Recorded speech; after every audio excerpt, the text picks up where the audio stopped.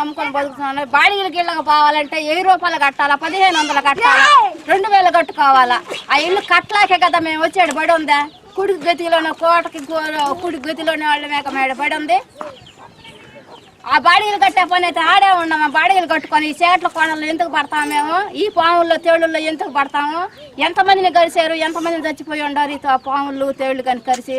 మొన్న మాత్రటానికి బిడ్డ ఆడుకునే బిడ్డ 4 నెలలు బిడ్డకి కలిస్తే పోయి హాస్పిటల్ నెల్లూరు.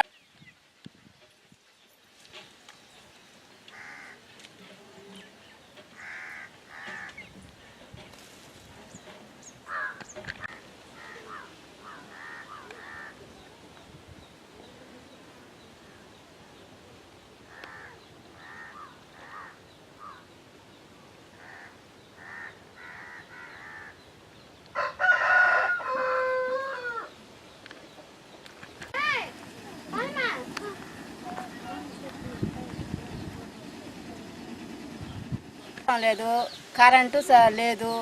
వస్తుండారే కానీ ఇదిగో కరెంటు 1 నెలలో ఇస్తామమ్మా, మీకేం బాధ లేదు, మా పూజ అంతా మేము పెడతాం, మాదే భారం అని చెప్పని అంటున్నారు. ఓట్లు వేయించుకుంటున్నారు, వెళ్తున్నారు. మరి వేయించుకున్న రోజేమో ఇదిగో తీయని మాటలు చెప్తా ఉండే. కరెంట్ లేపాయా, పురుగు బుట్ట, మన తేళ్లు గరిచి అదిగో రాణి కూతురికి తేళ్లు గరిచి ఆ అమ్మాయికి 40,000 50,000 అయ్యింది నెల్లూరులో. దానికి కూడా పట్టించుకోకపోతుండే. పాములు కాస్తున్నాయా, తేళ్లు కాస్తున్నాయా అని చెప్పి అన్నా కూడా కరెంట్ లేపాయ పట్టించుకోకపోతుండే. మమ్మల్ని ఈ రకంగా పెట్టా. అదేమనంటే దీనికి రాదు, కరెంట్ దీనికి రాదు అని చెప్పని అంటుండే. ఆ ప్రకారంగా చేస్తా ఉండే మమ్మల్ని. ఇప్పుడు నీళ్ళకి అదే 2 బిందులు వస్తుండయి, 2 బిందులు 3 బిందులు వస్తున్నాయి, ఆగిపోతుండయి. మమ్మల్ని ఎవరు పట్టించుకోవటం లేదు నాయన. మమ్మల్ని ఏం చేయమంటారు చెప్పండి మీరు? 2 బోర్లు ఉన్నాయి కానీ దీంట్లో సరిగా రావు. దాంట్లో కూడా సన్నగా వస్తుండయి. మాకు నీళ్ళకు కూడా యాతనగా ఉంది. ఎన్ని కుటుంబాలు ఉంటాయి మొత్తం ఉంది 150 కుటుంబం ఉంది. మాకు కరెంటు వస్తే చాలు సార్, మాకేమి పడలేదు. కానీ కరెంటు వస్తే ఇంటికి ఒక గుడ్డు వచ్చినా చాలు మాకు. అదిగో అమ్మాయి కూతుర్ని మొన్న 1 నెల రోజులు హాస్పిటల్లో పెట్టుకొని వచ్చింది రాణి. ఆ బిడ్డను పట్టించుకొని ఇట్లా తేళ్లు కలుస్తున్నాయ్యా, పాములు కలుస్తున్నాయి అని చెప్పినా కూడా మమ్మల్ని పట్టించుకోవటం పోతుండే. నాకు రక్త పెంజరి కలిసింది. ఎట్ట దేవుడి దయ వల్ల బతికా, లేకుండా సమానంగా బతకరంట. ఆ మాట కూడా మన బేదమ్మస్థానం వచ్చినా కూడా చెప్పాను నేను. సరేలేమ్మా 1 నెల రోజుల్లో కరెంట్ వేపిస్తామమ్మని చెప్పాను. మొన్న అక్కడ జనభూమి కార్యక్రమం అక్కడ కూడా వచ్చినా కూడా మేము చెప్పాము. చేతిలో చేసి కూడా అమ్మాయి కరెంట్ వేపిస్తామమ్మా, నేను వేపిస్తానమ్మా అని చెప్పని కూడా అన్నాడు. ఏది పట్టించుకోకపోతుంది.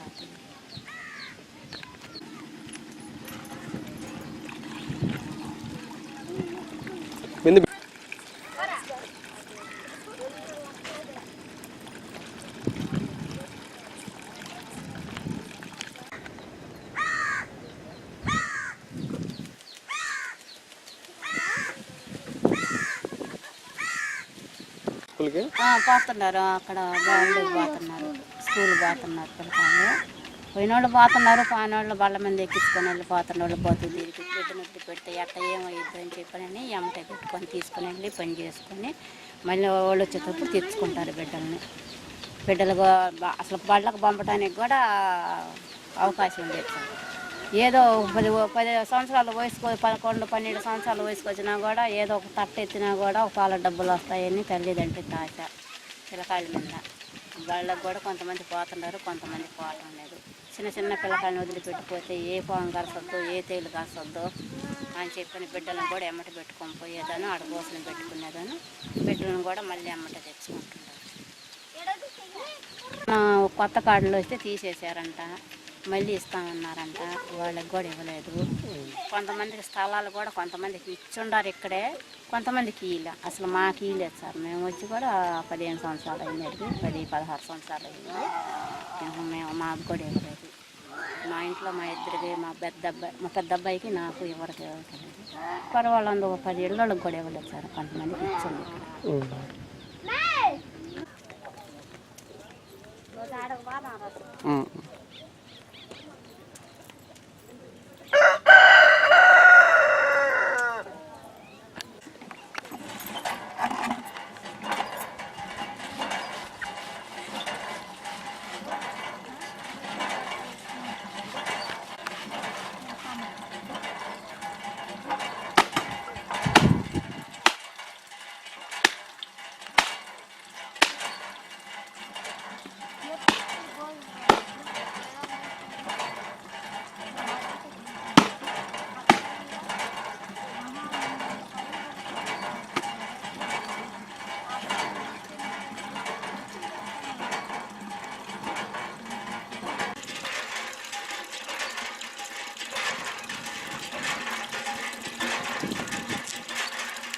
పాపలే నీటి సమస్య ఉందా మీకు ఇక్కడ? లేదు, ఇది ఒకటే బోర్ ఉంది. ఉమ్. ఇది కూడా సరిగ్గా రావట్లేదు. ఎంత కొడుతున్నా కానీ సన్నగా వస్తుంది నీళ్ళు. మరి ఎట్లా చేస్తున్నారు అయితే? అలాగే కొట్టుకొని తీసుకెళ్తున్నాం నీళ్ళు.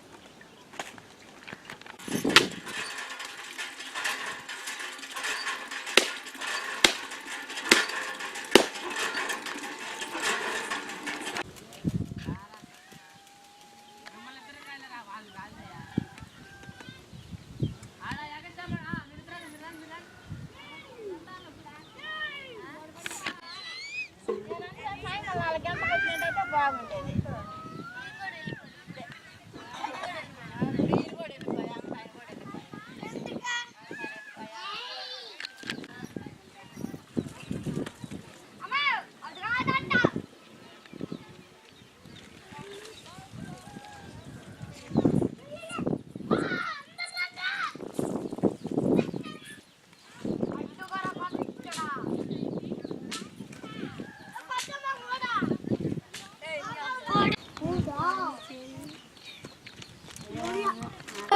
లేకపోయా ఎన్ని రోజులు ఎంత మంది వస్తుండారు, ఎంత మంది చేస్తుండారు. చెప్పండి సమస్యలు ఏమన్నా చెప్పమ్మా. ఏమని నీళ్లు రావటం లేదు. ఎంతమంది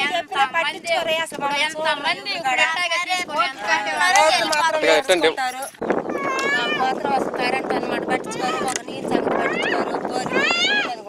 ఒక్కొక్క చొక్కు వస్తున్నాయి. పిల్లడు వచ్చుకోసం వస్తున్నాయి కింద బోర్లు కానీ ఈ బోర్లో కానీ అసలు మాకు నీళ్ళు సౌకర్యం లేకపోయి, ఇటు కరెంటు సౌకర్యం లేకపోయి, మాకు ఎటు చూసినా లేకపోయి, ఎటు చూస్తే పాము లేకపోయి, పుట్లు అయిపోయా, ఎక్కడికన్నా బాలన్నా దూరం అయిపోయా, మాకు ఎక్కడికన్నా బాలన్నా దూరం అయిపోయా. అటువంటి పరిస్థితులు మమ్మల్ని ఒక్కరు కూడా పట్టించుకోరు, అసలు ఎవరు చూడరు కూడా. ఓట్లు వేయించుకుంటారు లేదా నెలలో వచ్చేస్తుందమ్మా కరెంట్, ఇదిగో వచ్చేస్తుంది కరెంట్. ఏందయ్యా మాకు చేసింది వాళ్ళ, మాకు ఏ మేలు చేశారు. అందరూ ఎన్ని ఊళ్ళల్లో ఎంత మంది ఓట్లు మాకు ఏదైనా న్యాయం చేస్తేనే ఓట్లు వేస్తాము. అన్యాయం అసలు ఏం పట్టించుకోకపోతుండే మళ్ళీ ఓళ్ళల్లో చూడు ఇల్లు కట్టిస్తున్నారు. కరెంట్ ఏమో రాలేదు. అదేమంటే ఓట్లకు వస్తారు కానీ పడుచుకోరు.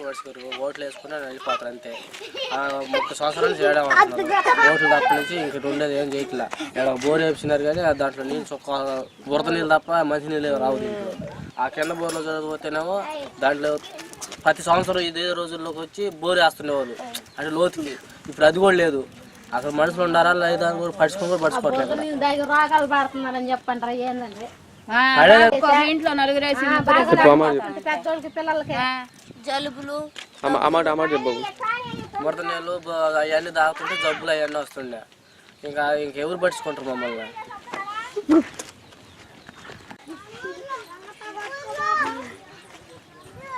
అసలు ప్రభుత్వం మాకే న్యాయం చేయడం లేదు సార్. మాకు అసలు మమ్మల్ని పట్టించుకున్న నాదేడే లేకపోయా.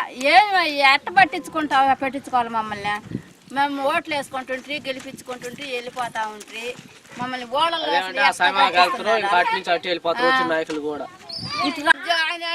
ఓళ్ళ మీద పోయి తిరగతా ఉంటే మమ్మల్ని పట్టించుకున్న వాళ్ళు లేరా? ఇక్కడ మనుషులు కదా, ఏమన్నా పశువులా? మనుషులమేగా మేము కూడా. మీతో పాటు మనుషులమేగా. మీరేమో వేసి రూముల్లో కూర్చోవాలా, కరెంట్లు వేసుకొని మమ్మల్ని చీకటి పనుల్లో పెట్టాలా అంటే మేము ఇక ఈ చెరువు కట్ట కింద సావాలన్నమాట. మొత్తం పిల్ల జల్ల మొత్తం కలిసి ఆ సమయానికి వస్తారు. ఓట్లు ఇవ్వండి అమ్మా, ఈ కాళ్ళు కాదు ఈ చేతులు అనుకోండి అమ్మా అని చెప్పి నా సమయానికి వస్తే ఏం లాభమా? సమయానికి వచ్చారు, ఓట్లు వేసిన తర్వాత ఇంకా 4 రోజులు ఉన్నాక ఈ మధ్యలోనే వేపియాల కరెంట్ వేసేవాళ్ళు. మా కరెంటే కదా మేము అడుగుతుంది. మేమేం అడుగుతున్నాము? చిన్న పిల్లకాయలు అయిపోయా 4 ఇళ్ళు 3 ఇళ్ళు ఉండేవాళ్ళు కరెంట్ లేపిస్తుండే. ఎంత దూరంలో ఉన్నా కూడా 150 ఇళ్ళు ఉన్నా కూడా కరెంట్ లేకపోతుండే.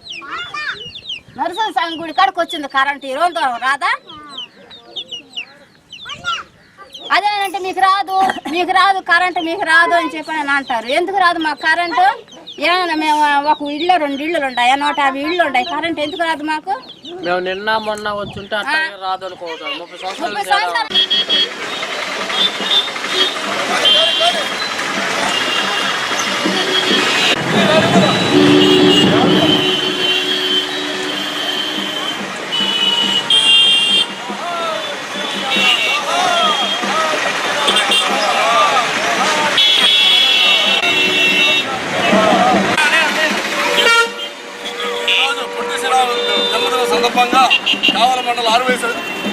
అధ్యక్షులైన అల్వ శివ గారు, పాల్గొండారెడ్డి గారు, గిరీష్ గారు అందరూ వచ్చి పొట్టి శ్రీరాములు గారి విగ్రహాలకి పూలమాలలు వేసి ఘనంగా సత్కరించినాం. ఈరోజు ఆంధ్రప్రదేశ్ ముక్కలుగా చేసిన సందర్భంగా ఆయన ఆత్మను శోభించకుండా అందరూ సుఖ సంతోషం ఉండాలని కోరుకుంటున్నాం. ఈరోజు అణగారి వర్గాలందరినీ ఒక తాటి మీద తెచ్చి అగ్రకులాలుగా కాకుండా నిరుపేద కుటుంబాలు కానీ అందరికీ ఆయన ఆరాధన దేవుడిగా ఈరోజు కలిసిమెలిసి ఉండమని చెప్పినాడు. కావున పొట్టి శ్రీరాములు స్మరించుకుంటూ ఆయన్ని మహాత్ముడిగా ఉండాలని మేము కోరుకుంటున్నాం.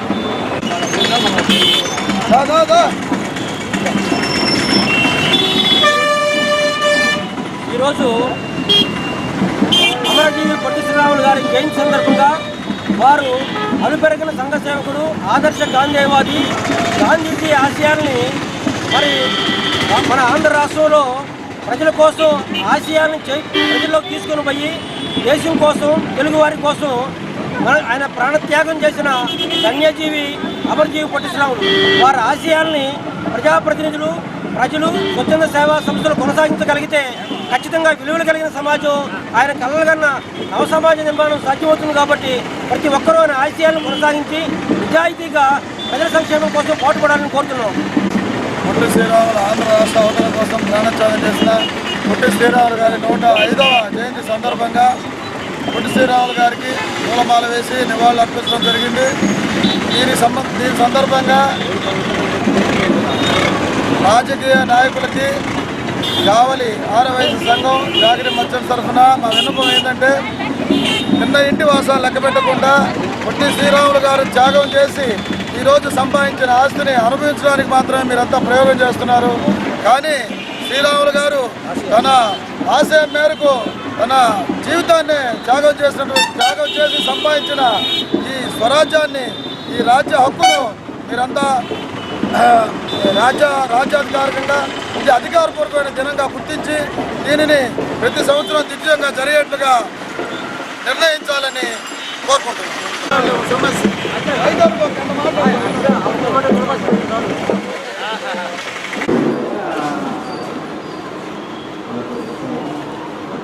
చనిపోయింది ఎప్పుడయ్యా? జనవరి 8వ తారీఖు. ఎవరు వేరే గేమ్స్ జరుగుతున్నారు.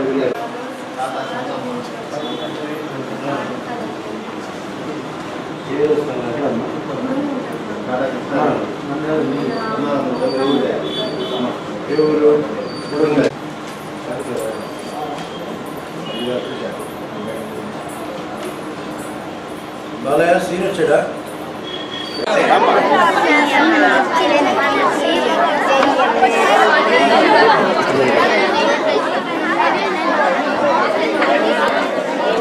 దాదాపు చాలా సదుపాయాలు కల్పిస్తున్నారు. ఇంకా అవి కాక మన పాఠశాలకి బయట నుంచి కూడా అంటే ఈ ఉపకరణాలు కానీ వాళ్ళు అందజేయడం జరుగుతుంది.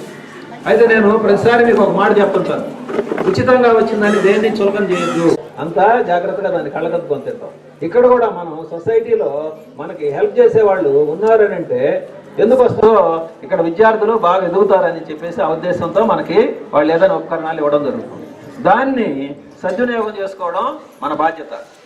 ఎప్పుడు సద్వినియోగం అవుతుంది అది? ఈరోజు మనకి పాస్ అవ్వాలి, మంచి మార్కులతో పాస్ అవ్వాలి, మంచి గ్రేడ్లలో పాస్ అయ్యగలిగితే అలాంటప్పుడు మనకి చేరడానికి అవకాశం ఉంటుంది. అయితే ఒకటి మాత్రం స్పష్టంగా చెప్పగలం, రాబోయే రోజుల్లో మాత్రం మన పాఠశాలకి మంచి, ఇక్కడ మనకి పిల్లలు చాలా మంది ఉన్నారు, కానీ వాళ్ళని రాబట్టుకోవడంలోనే కొంత మనం వెనకబడి ఉన్నాము.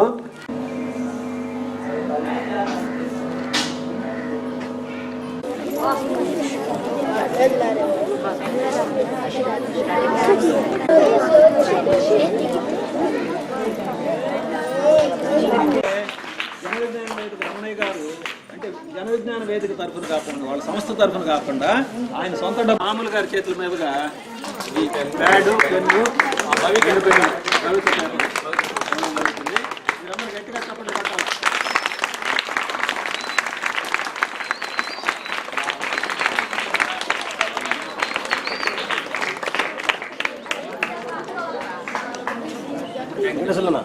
ఒక్క నిమిషం కింద పెట్టి కానీ కింద పెట్టి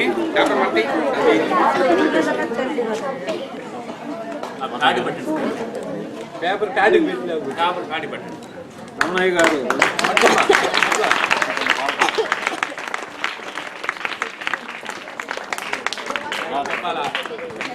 జిల్లా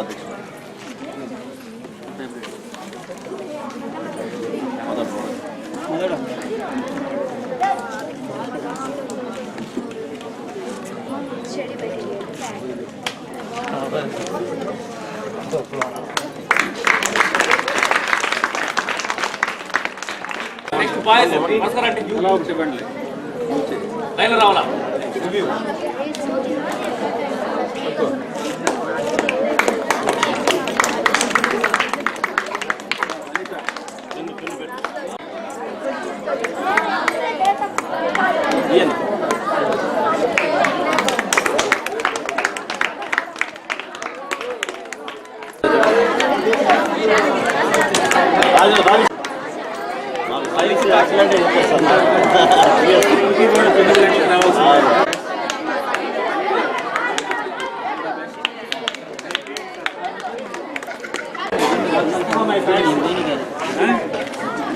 దేవుడు ఫోటో పెట్టేసి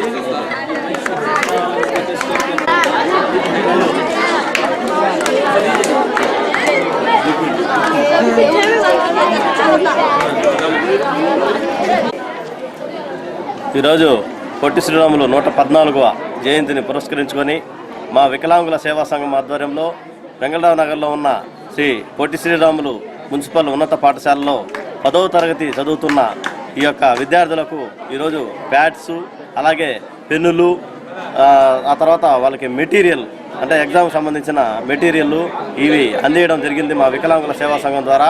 ఈ యొక్క కార్యక్రమాన్ని మా ప్రధానోపాధ్యాయులైనటువంటి రమణారెడ్డి గారు అధ్యక్షతన జరిగిన ఈ కార్యక్రమం ఎంతో ఉల్లాసాన్ని కలిగించింది మాకు. ఇటువంటి కార్యక్రమాలు సేవా కార్యక్రమాలు ఇప్పుడే కాకుండా ముందు కూడా మేము విద్యార్థులకు కూడా ఉపయోగపడే విధంగా వాళ్ళకి ఏమైనా అవసరం ఉంటే నిరుపేద విద్యార్థులకు ఆదుకునేదానికి మా వికలాంగుల సేవా సంఘం ముందుంటుందని చెప్పేసి ఆశిస్తూ ఈ అవకాశాన్ని ఇచ్చినటువంటి వారికి ధన్యవాదాలు తెలుపుతూ సెలవు తీసుకుంటాం. ఈరోజు మా పాఠశాలలో అమరజీవి శ్రీ పొట్టి శ్రీరాములు గారి జయంతి సందర్భంగా కావలి వికలాంగుల సేవా సంఘం ఆధ్వర్యంలో ఒక మంచి కార్యక్రమం చేపట్టడం జరిగింది. ఈరోజు మా 10th క్లాస్ విద్యార్థులకి విద్యా ఉపకరణాలు ఇవ్వడం జరిగింది. వాళ్ళకి రేపు రాబోయే ఎగ్జామ్స్ దృష్టిలో ఉంచుకొని ఈ సేవా సంఘం వాళ్ళు ప్యాడ్స్ పెన్నులు ఇవ్వడం జరిగింది. వాళ్ళకి మా పాఠశాల తరఫున శ్రీ పొట్టి శ్రీరాములు పురపాలక పాఠశాల తరఫున అలాగే మా ఉపాధ్యాయుల తరఫున ధన్యవాదాలు తెలుపుతున్నాం. ఇలాంటి చక్కటి కార్యక్రమాలని మా విద్యార్థులు సద్వినియోగం చేసుకొని రాబోయే పరీక్షల్లో మంచి ఫలితాలు సాధించాలని చెప్పేసి కోరుకుంటున్నాం. అయితే మేము మా విద్యార్థులకి ఈ సందర్భంగా ఒక మంచి సూచనలు కూడా చేయడం జరిగింది. మీరు ఎప్పుడైతే మంచి ఫలితాలు సాధిస్తారో రాబోయే రోజుల్లో మరిన్ని సంస్థలు మనకి పాఠశాలకు వచ్చి మంచి కార్యక్రమాలు చేపట్టి మీకు ఇంకా అవసరమైన ఎన్నో మెటీరియల్స్ ఇవ్వడం జరుగుతుందన్నారు. అలాగే ఈరోజు మా పాఠశాలకు ఇచ్చేసిన గుడ్ మ్యాన్ సొసైటీ వాళ్ళు కూడా పాఠశాలలో అత్యధిక మార్కులు సంపాదించిన విద్యార్థులకి పారితోషికాలు ఇవ్వడం జరుగుతుందని చెప్పారు. అలాగే వారితో మన జన విజ్ఞాన వేదిక అధ్యక్షులు రమణయ్య గారు కూడా వారి తరఫున పాఠశాలలో 10కి 10 గ్రేడ్ పాయింట్లు సాధించిన వారికి అలాగే పాఠశాల ప్రథమ స్థానం సాధించిన వాళ్ళకి కూడా ఆయన జేబు నుంచి 500 రూపాయలు బహుమానంగా ఇవ్వడం జరుగుతుందని చెప్పేసి అది ఎంతమందికి వచ్చినా ప్రతి ఒక్కరికి 500 రూపాయలు బహుమానం ఇవ్వడం జరుగుతుందని చెప్పారు. సో వారికి కూడా మా పాఠశాల తరఫున ప్రత్యేక ధన్యవాదాలు తెలుపుతున్నాం. ఇలాంటి కార్యక్రమాలు మా పాఠశాల ఎప్పుడు కూడా ఆహ్వానం పలుకుతుంది. వారందరికీ మరొకసారి మా పాఠశాల తరఫున మరీ ధన్యవాదాలు. ఈసీఎండి ఆదేశాల మేరకు ప్రతి డిపోలోను బస్ స్టేషన్లోను ఆఫీసుల్లో కూడా ఈ స్వచ్ఛ భారత్ అనే కార్యక్రమాన్ని ప్రతి నెల 16వ తేదీన నిర్వహించమని ఆదేశించారు. తదనుగుణంగా మొదట క్రిందటి నెలలో అనగా ఫిబ్రవరి నెలలో ఒక డాక్టర్ గారిని కూడా పిలిచి పర్సనల్ హైజీన్ పరిసరాల శుభ్రత అనే దాని మీద మా కార్మికులందరికీ ఒక రకమైన లెక్చర్ ఇప్పించి వాళ్ళలో అవేర్నెస్ తెప్పించాం. అదే రకంగా ప్రతి నెల 16వ తేదీన ఈ స్వచ్ఛ భారత్ అనే కార్యక్రమాన్ని నిర్వహించి పరిసరాలను శుభ్రంగా ఉంచి ఈ ప్రజల్లో అవేర్నెస్ తీసుకొచ్చి కార్మికుల్లో కూడా మార్పు తీసుకొచ్చి ఆరోగ్యపరంగా అందరూ ప్రజానీకం అంతా జీవించే విధంగా ఉండేటట్టు ఒక అవేర్నెస్ క్యాంపెయిన్ని నిర్వహించారు. ఆ రకంగా మేము ప్రతి నెల 16వ తేదీన ఈ కార్యక్రమాన్ని చేపడుతున్నాం. అందులో భాగంగా ఈరోజు ఈ నెల 16వ తేదీన ఈ బస్ స్టేషను, పాత బస్ స్టేషను, టోర్ల బస్ స్టేషన్లో ఉన్న ఈ చెత్తనంతా పూడ్చి ఈ పరిసరాలంతా శుభ్రం చేస్తున్నాం. నా పేరు ప్రసాద్ అండి, నేను ఎంప్లాయీస్ డిపో అధ్యక్షుడిని. ఈ స్వచ్ఛ భారత్ కార్యక్రమంలో మా సూపీరియర్స్ ఇచ్చినటువంటి ఒక డేట్ అలాట్మెంట్ చేశారు. అది ప్రతి నెల 16వ తేదీ స్వచ్ఛ భారత్ చేయమని. దానిలో భాగంగా ఈరోజు 16వ తేదీ కూడా మా డిపో మేనేజర్ గారు, సిఐ గారు, డిఎస్ఎం గారు, తదితర యూనియన్ నాయకులు మేము అంతా కలిసి స్వచ్ఛ భారత్లో పాల్గొన్నాం. ఈరోజు ఇక్కడ ఉండేటువంటి కొంత చెత్తను తొలగించి శుభ్రపరిచాం. అందులో భాగంగా ప్రతి నెల కూడా పాల్గొంటామని తెలియజేసుకుంటూ అవకాశం ఇచ్చినందుకు మనకు ధన్యవాదాలు.